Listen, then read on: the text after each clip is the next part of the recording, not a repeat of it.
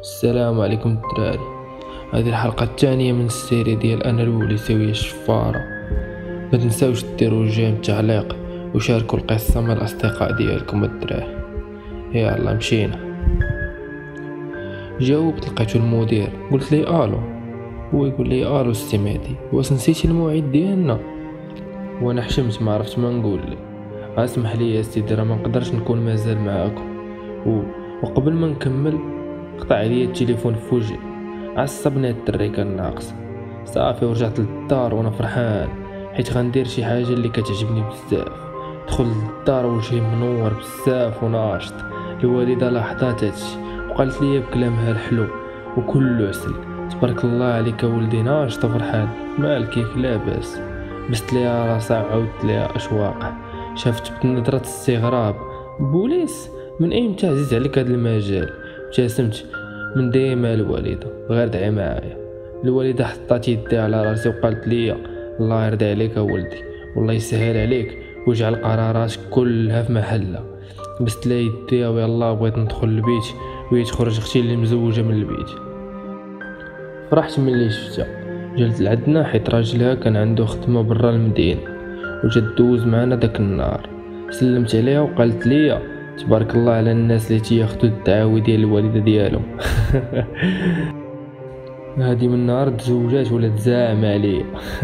المهم دخلت سمعتها تقول الوالده: راه خاصك تدعي معايا يلقى عروسه في نفس النهار اللي بدا الخدمه فيها. بديت كنضحك وانا نسمع الوالده قالت لها امين. المهم في الصباح فقت بكري ولبست مزيان ومشيت ندوز الشفاوي والوالده كتدعي معايا الله يخليها عليا. وصلت للمركز، دخلت واستقبلني واحد البوليسي. قلت ليه علاش جيت وسولني على سميتي وقال لي تسنى شويه انا جاي. دخل لواحد المكتب شويه خرج وقال لي تفضل. دخلت لذاك المكتب وانا نتصدم وتخلعت، بديت كنقرا في القران وفي الادعيه. دخلت لقيت 3 ديال البوليس جالسين كيتسناو فيا. جلست ومن بعد ما قلت مع راسي هذه هي الفرصه اللي عندي وخاصني ناخذها. بقاو ساكتين شويه ومن بعد بداو عليا بالاسئله. كنت واثق من راسي وعارف اش باغي. سالينا وسلمت عليهم وخرجت. رجعت للدار وبقيت تنطلب منا نتقبل وندير هاد المهنه اللي كنبغي. داز داك النهار طويل وفي الصباح مع 6:30 اتصل بيا واحد. كنت باقي ناعس تنسمع التليفون تيصوني. جاوبت وانا عينيا مسدودين. قال لي: المهدي العسرياك؟ سمعتو سميتي وانا نوض من بلاصتي وجاوبتو قال لي: مبروك راك تقبلتي معانا، تقدر تجي غدا تلتحق بالاكاديميه الجهويه لتدريب عناصر الشرطه. ما فهمت والو، كنت مازال دايخ وقلبي كيضرب. وجاوبتو بالزربه: صافي غدا نجي. هو تيقول لي: جيب معاك حوايج ديالك والحاجيات الخاصه ديالك، راه مده التدريب هي عام. وقطع عليا وانا بقيت واقف شحال ديال الوقت كنستوعب المفاجاه. ومشيت كنجري وقلت للوالده واختي في اختهم كاملين من الناس. وخويا خلعتو تا هو قال لي: راني داخل مع 10. قلت ليه وانا ميت بالضحك: واخوك غيولي بوليسي على القلب. ناض ما فهم والو، بقى كيتعجب: امتى؟ كيفاش خرجت فيه؟ كيفاش ما جاتش معايا؟ ضحك هو يقول لي: لا ماشي هكاك، تتبوقيصه والحاله والبوليس ماشي مبوكسين حتى للدرجه. بقينا تنضربوا حتى فيقتو بزز. مشينا نفطروا وبالعشيه كنت نجمع حوايجي والوالده كتشوف فيا وعينيها مدمعين مغرغرين بالدموع حيت اول مره غنغيب عليهم. وصل الصباح دغيا توادعت معاهم وانا تنبكي، خصوصا على فراق الوالده وخويا الصغير. مشيت وتلاقيت مع دراري اخرين داونا كاملين الاكاديميه. دوزت التمارين المعقول والحمد لله كنت قد المسؤوليه. ومن بعد دوزنا امتحانات باش غادي نمشي ندوز 16 تاع ضباط الشرطه. دوزناهم كاملين وفي الاخير قدرت نكون من هذوك اللي نجحوا. مشينا للمكتب ديال المسؤول باش نعرفوا فين ندوزو 16. ودخلنا وبقينا واقفين شحال. هو يجي وقال لنا: الدراري هاد 16 راه فتره التدريب، ملي غتسالي وغادي تلتحق بالخدمه ديالك كضابط الشرطه. كنا فرحانين بزاف. واخيرا انا كنت تنحمد الله وتنشكره. ولكن داز شويه ويقول لنا واحد المفاجاه اللي خلاتنا نصدموا كاملين. ما بقاتش عندنا الثقه باللي غنكملوا الحلم ديالنا. قال لنا داك الشاب: نتوما غتمشيو لديوركم دابا ودوزوا عندهم واحد يومين ومن بعد غادي تجيبوا لنا 2 ديال المليون وترجعوا باش تمشيو للسطاج ديالكم. كان ما تيشوفش فينا وشيرنا يديه باش نخرجوا، بقينا مصدومين وخرجنا حنا ما عارفينش علاش ديك 2 المليون. بقينا كندويو على هذا الموضوع، انا درني راسي وتلفت، ما بقيتش عارف ما ندير ومنين غنجيبها. جمعت حوايجي ورجعت للدار وانا تنفكر شنو ممكن ندير، واش نتخلى على الحلم ديالي ولا نمشي نقلب باش نجيب ديك 2 المليون. الطريق كلها وانا كنفكر. وصلت للدار بالليل لقيت الوالده مازال فايقه، شافتني مهموم وحالتي ما عجباتهاش، سولتني اش كاين. عاودت ليها كلشي، تا سمعت وقالت لي كل واحد كيستغل الناس بطريقته، الا كانت 2 المليون هي الحل ماشي مشكله ولدي، غدا غادي نبيع الارض اللي خلاها لي جدك وخذ الفلوس وصافي.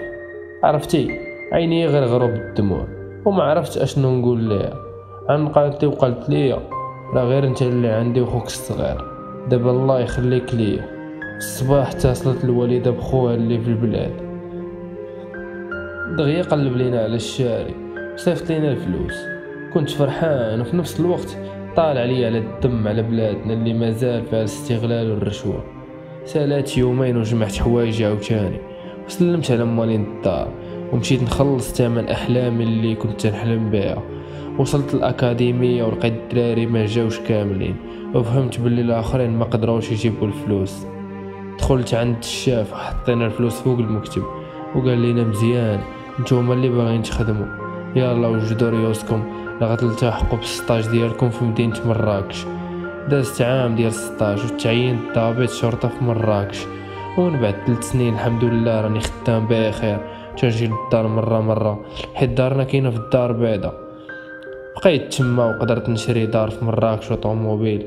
احلامي تقريبا كامله حققتها وعيش بخير والوالده راضيه عليا. ولكن دابا مبرزطاني بواحد الموضوع وهو الزواج، وكل مره كنمشي للدار كنلقى عندها بنات الجيران ولكن خوكم عايق وفايق. الزواج ما كنفكرش فيه دابا ومازال الحال صافي. بقيت خدام وكل شيء مزيان. وواحد النهار جاتني مهمه في مدينه اكادير، صيفط الفرقه اللي خدامين معايا وانا قلت نمشي بطوموبيلتي وما تفكرتش باللي خليتها عند الميكانيسيان.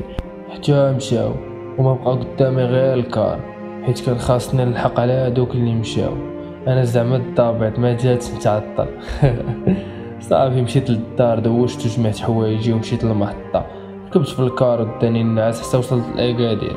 اتصلت بواحد من الاعوان ديالي باش يجي ياخذني بالطوموبيل من المحطه، وملي كنت نتسنى جات عندي واحد البروشه بقات تطلب فيا.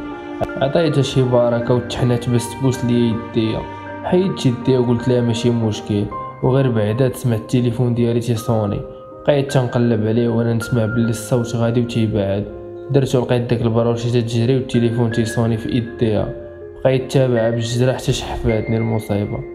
تجلات ليا والمشكل انا ما كنعرفش مدينه اكادير، واخا الوالد مسكين كان الاصل ديالو من اكادير ولكن ما كناش كنجيو ليها. بقيت راجع من الطريق اللي جيت منه حتى وصلت للمحطه ولقيت داك الدري كيتسنى فيا. ركبنا ومشينا للدار اللي عطاونا نجلسو فيها. مشيت دوشت ونعست، كنت معصاب من داكشي اللي وقع بزاف، والتليفون كانوا فيه نوامر مهمين. بقيت تنقلب في الفراش حتى درني راسي. كنت نقدر ندخل للدراري اللي لقاوه ليا غير بالجي بي اس، حيت عندي انا الجي بي اس في التليفون. ولكن حشمت، غادي يقولوا لي شمتاتو بروشه. طلع لي الدم والسكر والطونسيون. مشيت هزيت التليفون فيكس اللي كاين في الدار واتصلت بمرتي. بقيت تنصوني شحال وهي تجاوبني وسمعت الو. كنت باغي نخلي عشتها غير بالسبان ولكن هدأت اعصابي وقلت لها عافاك ردي لي التليفون راه فيه نوامر ضروريه، ردي لي ونعطيك اللي بغيتي. بقات ساكته شحال، قالت لي واخا شحال غتعطيني؟ قلت لها اللي بغيتي. ضحكات بسخريه وقالت لي مرفح مع راسك ياك صافي غدا اجي للمحطه ونعطيها ليك اوكي. وقطعتها ليا. دوزت ليله كحله، ما كانش معصبني البورطابل، كنت معصب حيت برهوشه هي اللي شمتاتني ودارتها بيا. زعما انا راه ضابط شرطه ناري، انا حالف عليها. غدا غناخد تليفوني ونصيفطها فين تربى.